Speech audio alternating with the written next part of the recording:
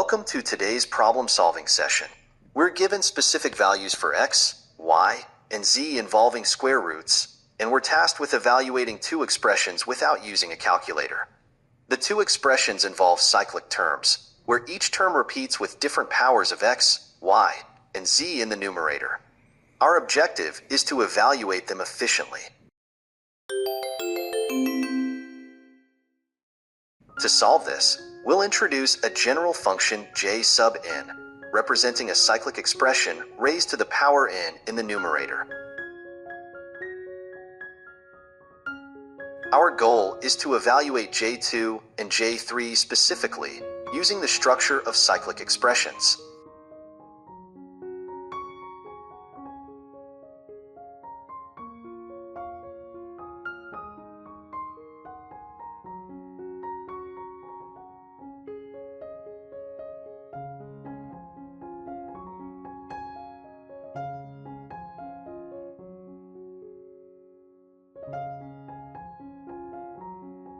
We'll start by constructing a suitable function and analyzing its properties.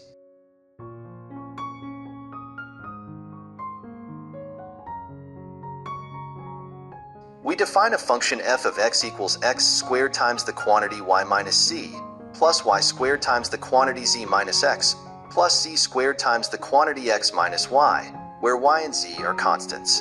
This function, f of x, is cyclic, meaning that the variables x, y, and z appear in a repeating pattern. This symmetry will help us simplify the expression. Now, let's substitute y in place of x to find f of y. So we have f of y equals y squared times the quantity y minus c, plus y squared times the quantity z minus y, plus z squared times the quantity y minus y. Upon simplifying, we see that f of y equals 0. This result implies that x minus y is a factor of f of x, as substituting y makes the entire function 0.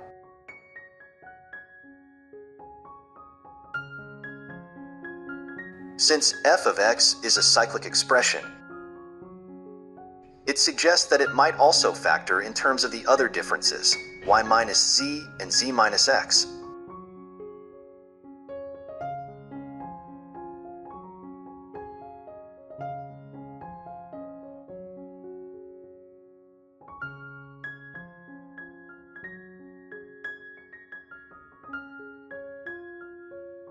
We hypothesize that f of x equals k times the quantity x minus y times the quantity y minus z times the quantity z minus x, where k is a constant we need to determine.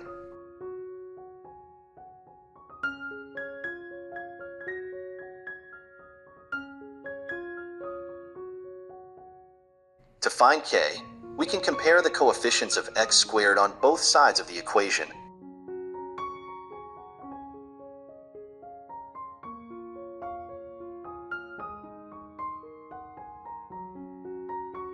Ultimately finding that k equals -1.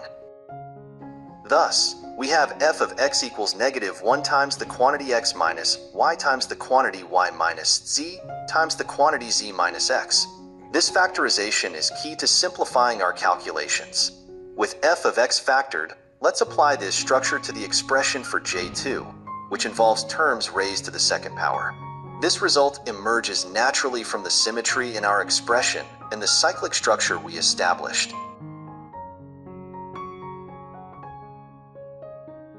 Now that we've solved for j2,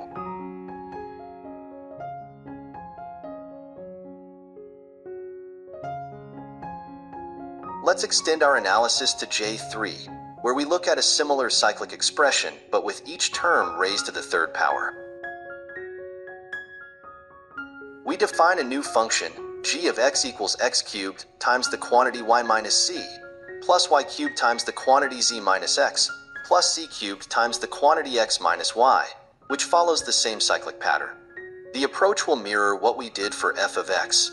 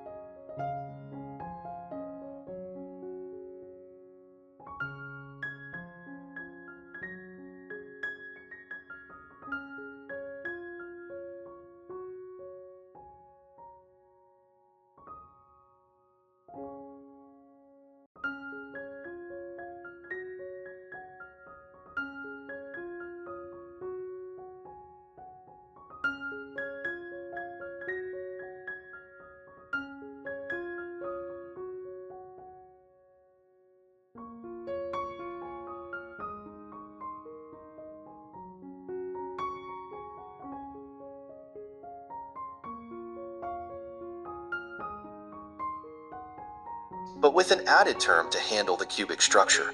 Since g of x is cyclic, we hypothesize that it can also be factored in terms of the differences x minus y minus c, and z minus x, with an additional factor x plus y plus c.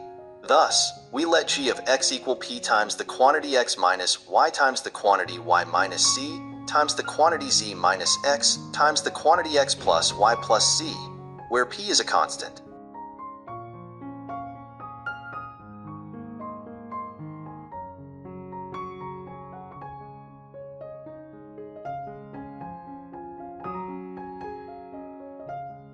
To determine p, we compare the coefficients of x cubed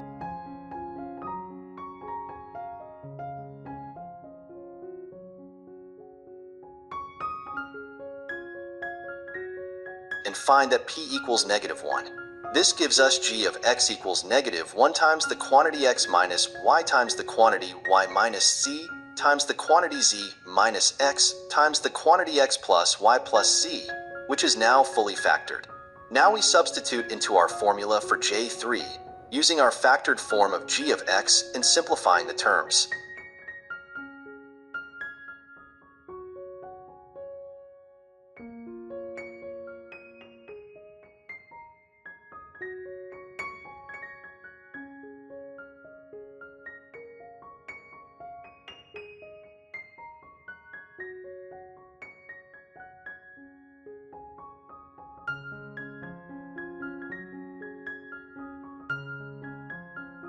We find that J3 equals x plus y plus z. Using the provided values of x, y, and z, we calculate that x plus y plus z equals the square root of 3 plus the square root of 5 plus the square root of 7. This is our final answer for J3. Thank you for watching, and I hope this breakdown of cyclic expressions helps you tackle similar problems in the future. See you in the next video.